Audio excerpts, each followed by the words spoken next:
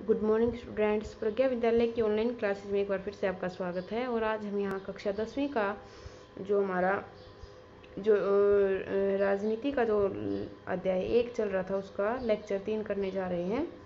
Last lecture में हमने Belgium की समझदारी और श्रीलंका के बहुसंख्यावाद के बारे में विस्तारपूर्वक बात कर ली थी कि किस प्रकार से उन्होंने अपने देश की जो जातीय बनावट थी उसको देखते हुए सत्ता का निर्धारण किया था।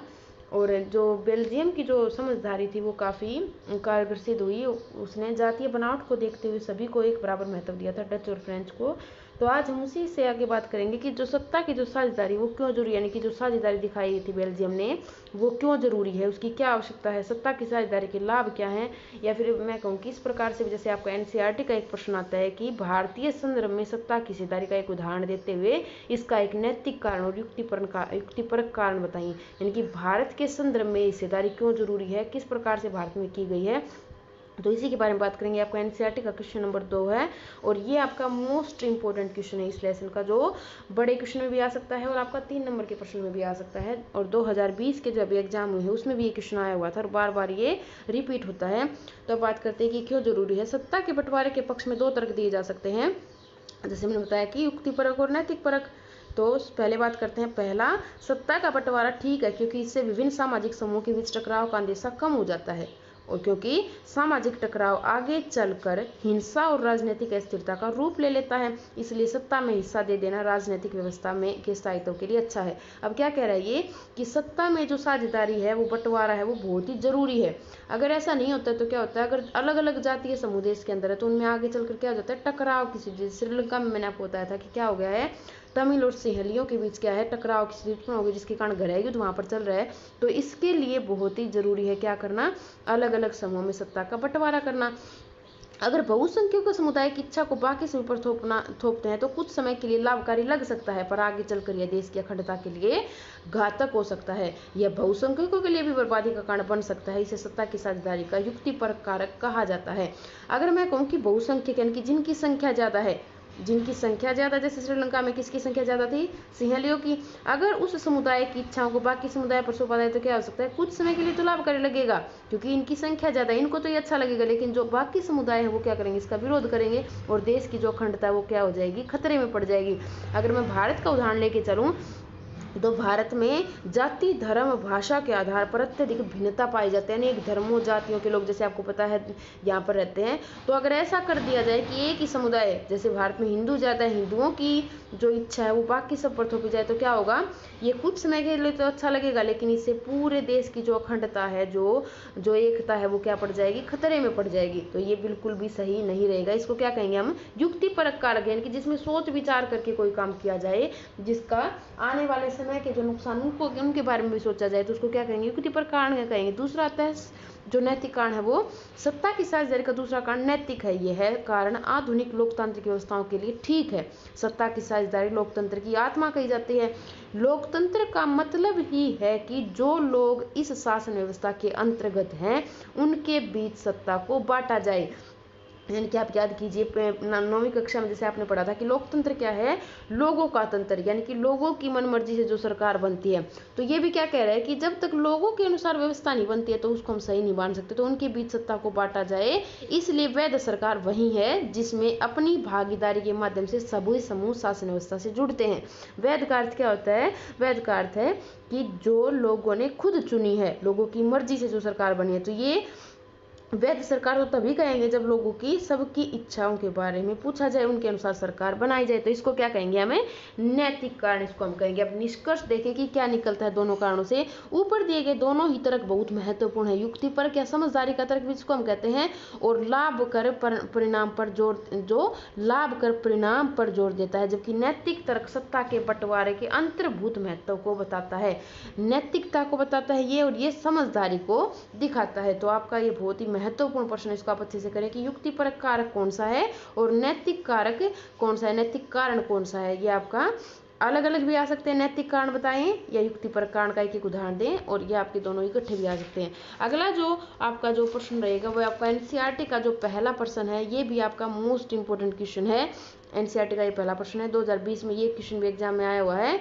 आधुनिक लोकतांत्रिक व्यवस्थाओं में सत्ता की साझेदारी के अलग अलग तरीके क्या हैं, इनमें से प्रत्येक का एक उदाहरण दीजिए। अब पीछे मैंने आपके सामने बात की सत्ता की साझेदारी की। अब हमें लोकतांत्रिक व्यवस्थाओं में जो सत्ता की साझेदारी है उसके बारे में यहाँ बात करेंगे, अलग अलग उदाहरण देंगे कि कहाँ कहाँ पर सत्ता की साझेदारी पाई जाती है। और इसके अलावा प्रश्न ऐसे भी आ सकता है, वर्तमान गणतंत्र कौन से होते हैं, जो स्वतंत्र राष्ट्र है जिनमें लोकतंत्र है, गणतंत्रों में सत्ता की साझेदारी के विभिन्न रूपों का वर्णन कीजिए। तो आपके दोनों ही प्रश्न का उत्तर है वो सेम रहेगा। हम बात करेंगे अब कि किस प्रकार से जो सत्ता की साझेदारी उसके उदाहरण देखे जा सकते हैं लोकतांत्रिक व्यवस्थाओं में। आधुनिक लोकतांत्रिक व्यवस्थाओं में सत्ता की साझेदारी के अनेक रूप हो सकते हैं।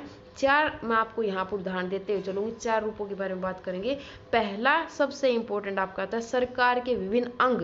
अब बात करते हैं अंगों की, तो आपने पहले भी पढ़ लिया कि सरकार के 3 प्रमुख अंग हैं, विधायिका, कार्यपालिका और न्यायपालिका। इन तीनों के बीच सत्ता का बंटवारा रहता है। हम सत्ता का क्षैतिज वितरण कहते हैं। कौन सा वितरण कहते हैं इसको?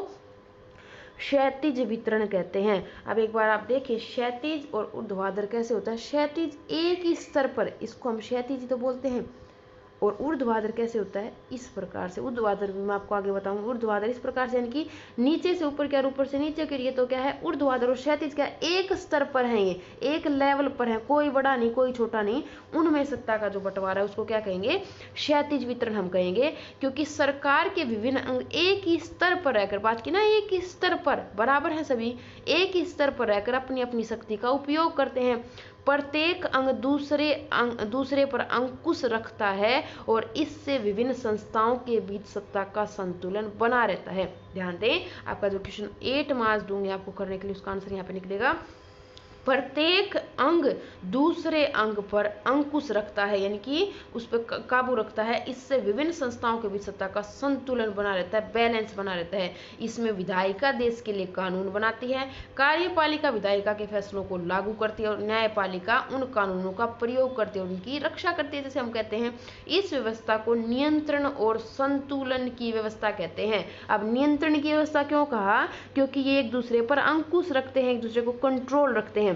और संतुलन की व्यवस्था क्यों कहा, क्योंकि ये आपस में अलग अलग काम करते हैं लेकिन आपस में बैलेंस बना के काम करते हैं, सबके काम बटे हुए हैं। तो इसी व्यवस्था को हम क्या कहते हैं, नियंत्रण और संतुलन की व्यवस्था कहते हैं।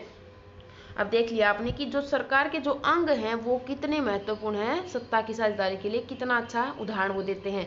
दूसरी बात करते हैं सरकार के विभिन्न स्तरों पर सत्ता का बंटवारा, यानी कि अलग अलग लेवल पर। अब बात करेंगे ऊर्ध्वाधर जो वितरण है उसकी, यानी कि नीचे से ऊपर या फिर ऊपर से नीचे। सत्ता का बंटवारा इनमें भी हो सकता है, जैसे हमारे देश में जो सरकार पूरे देश की है उसे क्या कहते हैं, संघ या केंद्र सरकार। आपका एक प्रश्न बनेगा कि पूरे देश की जो सरकार होती है, संपूर्ण देश की जो सरकार होती है उसको क्या कहते हैं, केंद्र सरकार भी कह सकते हैं और संघ सरकार भी। जैसे कि इसका मुखिया कौन है, हमारा प्रधानमंत्री है। प्रांतीय या क्षेत्रीय स्तर की सरकारों को हर जगह पर अलग अलग नामों से पुकारा जाता है। भारत में इसे राज्य सरकार कहते हैं। अब निजी स्तर पर आते हैं, केंद्र के बाद कौन सी सरकार आती है, राज्य सरकार। जैसे अलग अलग राज्य की, हरियाणा सरकार है, पंजाब सरकार है, राजस्थान सरकार है, महाराष्ट्र सरकार है। तो ये एक राज्य की जो सरकार है, ये इसको हम क्षेत्रीय और प्रांतीय भी कहते हैं। जैसे कई देशों में राज्य सरकार, और राज्य सरकारों के नीचे अगर भारत की बात करें, कई देशों में नहीं होती है तीसरे स्तर की सरकार, लेकिन भारत में है। नीचे की बात करें तो नगर पालिका जो नगरों की जो शासन व्यवस्था चलाते हैं, और पंचायतें काम करती है। जैसे गांव में जैसे पंचायत का मुखिया सरपंच है, नगर पालिका में जैसे हमारे ये एमएलए आ जाते हैं। तो इस प्रकार की सत्ता के बंटवारे को ऊर्ध्वाधर वितरण कहा जाता है, नीचे से ऊपर की ओर जो काम हो। अब एक स्तर ये आ गया, जैसे सबसे नीचे की सरकार आ गई पंचायत, जैसे आगे नगर पालिका आ गई, फिर इसके बाद राज्य सरकार और उसके ऊपर है केंद्र सरकार। तो ये क्या है, ऊर्ध्वाधर वितरण है, नीचे से ऊपर की ओर बढ़ता हुआ वितरण है। सत्ता का बंटवारा तीसरी अगर बात करें तो किसमें हो सकता है, विभिन्न सामाजिक समूह, भाषाई और धार्मिक समूह में हो सकता है। अब हो सकता है सत्ता का बंटवारा किसमें, जैसे अलग अलग सामाजिक समूह जाति के आधार पर, जैसे हो सकता है गांव के अंदर कई जाति के लोग हैं तो वो सत्ता का बंटवारा कर लें, या फिर भाषा के आधार पर हो सकता है, या फिर धर्म के आधार पर हो सकता है। जैसे भारत में अगर देखें तो धर्म, सभी धर्मों का क्या है, बराबर महत्व, सबको बराबर सत्ता में साझेदारी दी गई है। बेल्जियम में सामुदायिक सरकार इस व्यवस्था का एक अच्छा उदाहरण है। अगर बेल्जियम में आप बात करें, बेल्जियम मैंने आपको बताया था कि जो संविधान में जो 4 संशोधन किए गए थे उसमें क्या किया गया था, एक सामुदायिक सरकार का भी वहाँ पर एग्जाम्पल दिया था मैंने आपको कि सामुदायिक सरकार कौन सी, जिसमें एक ही धर्म, भाषा या जाति के लोग अपनी मनमर्जी से शिक्षा है जैसे संसाधन इनका उपयोग करें या फिर इनका विकास करें। तो वो कौन सी थी, सामुदायिक सरकार थी। तो उसको में आप देख सकते हैं कि उसमें एक ही धर्म या जाति या भाषा के लोग होते हैं सामुदायिक सरकार में।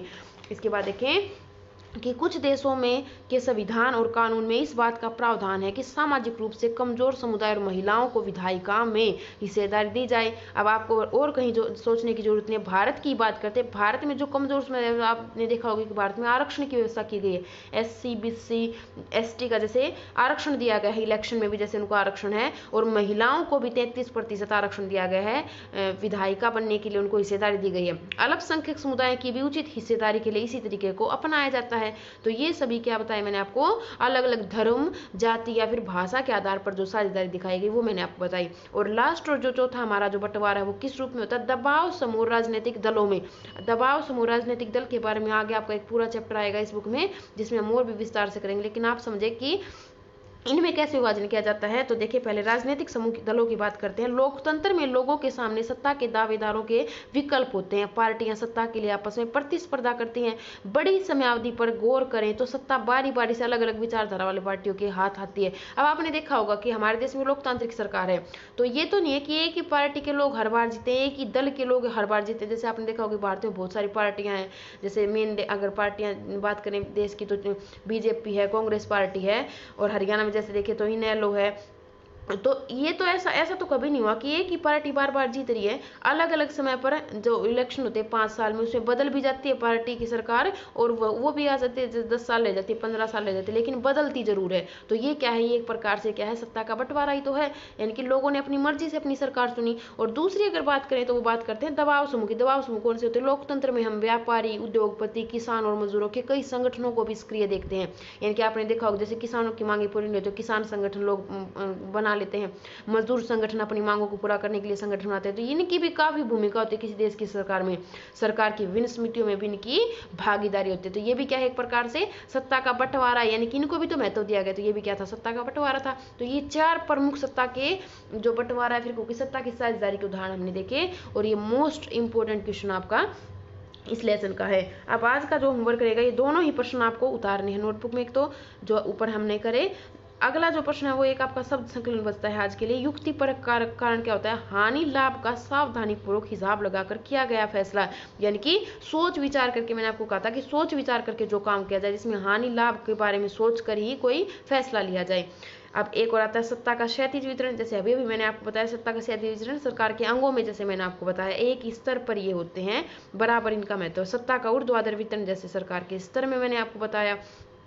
संपूर्ण देश की सरकार को क्या कहते हैं, ये भी हम कर चुके हैं। सत्ता की साझेदारी के कितने कारण हैं, ये मैं आपको बता देती हूँ, नैतिक कारण और युक्तिपूर्ण कारण, ये हम कर चुके हैं पिछले प्रश्न में। सामुदायिक सरकार का विचार किस देश में सामने आया था, तो आप पहले ही कर चुके हैं इसको, किसमें, बेल्जियम में। सरकार के अलग अलग अंग कौन से हैं, विधायिका, कार्यपालिका और न्यायपालिका। नियंत्रण और संतुलन व्यवस्था से आप क्या समझते हैं, मैंने आपको बताया था कि इसको आप अच्छे से ध्यान दें। तो ये हमने यहाँ पर कर लिया है कि नियंत्रण और संतुलन की व्यवस्था क्या है। तो ये आज आपका फेयर नोटबुक का होमवर्क रहेगा, और ये जो चैप्टर है आज हमारा कंप्लीट हो गया है।